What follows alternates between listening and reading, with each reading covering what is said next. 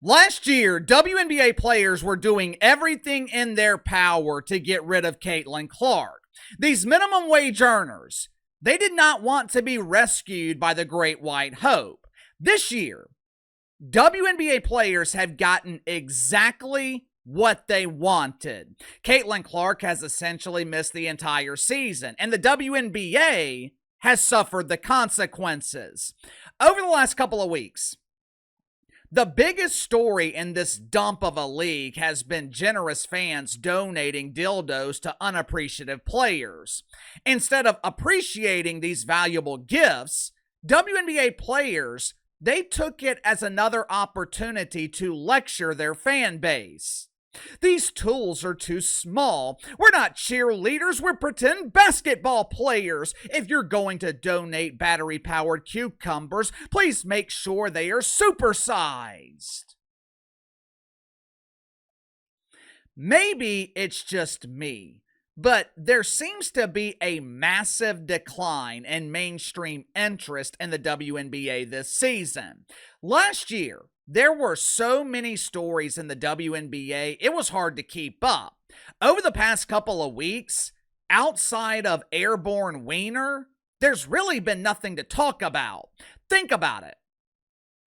What is the biggest storyline right now in the WNBA dump? Can you think of one? I talk about this league for a living. I can't tell you the biggest storyline in the WNBA, mainly because there isn't one. And the reason there's not a major storyline is because there's really no interest in this league. Outside of Caitlin Clark and Angel Reese, the WNBA doesn't have anyone else who can drive consistent interest. And help is not on the way because it's looking more and more likely that Caitlin Clark is done for the season. Make sure to like and subscribe. You can follow me on Twitter at KC_BTL84. Link to the main channels in the description below.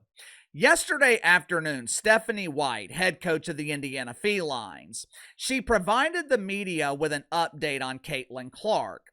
Now, if you read between the lines, it's easy to see that Caitlin Clark is nowhere near close to returning.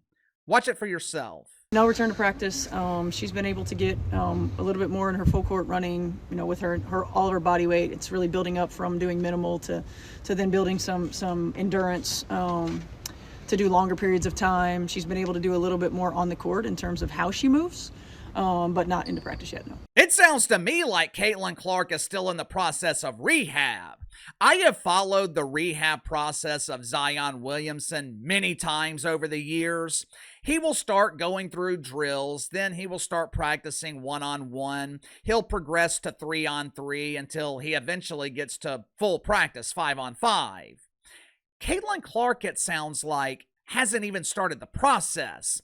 Sounds like she is still going through drills. She's still trying to ramp up just to get to practice. I don't know if you've looked at the calendar recently. We're in the middle of August. The WNBA regular season ends in 4 weeks. I don't think Caitlin Clark is coming back this season. Maybe she will be ready for the playoffs, but this has been a disastrous season for Caitlin Clark, and if you're the other players in the WNBA, it has been a disastrous season for you. Because this season has proved, without doubt, this league is about one player. Enough of this shit where WNBA players are claiming the league is about more than one player. We're a collective. Everyone loves us. Our league is filled with huge stars. No, your league is filled with extras, 1 or 2 supporting cast members, and a superstar. I'm telling you, I think this is one of the main points of contention between the WNBA and the players during negotiations for a new CBA. If I am noticing declining interest in this dump, you know for damn sure Kat Engelbert is seeing it.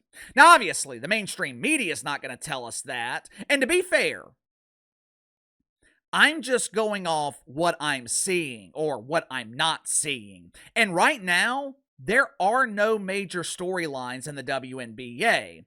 And if there are no major storylines, why would casual viewers, which is the majority of this audience, why would they tune in? They're damn sure not watching because of the on-court product. This league presents the worst basketball imaginable. So without storylines, without Caitlin Clark, how can the WNBA maintain interest? You tell me. Sound off in the comments below. I'll see you guys in the main channel.